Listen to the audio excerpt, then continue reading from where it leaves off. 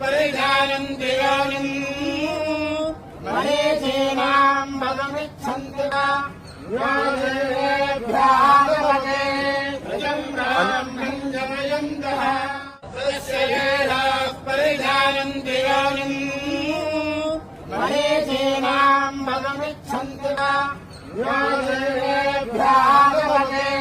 रजम् ब्राह्मम् जनयन्तः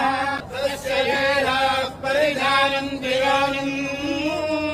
मनीषीणाम् पदमिच्छन्ति वा योनिर्भ्यागवते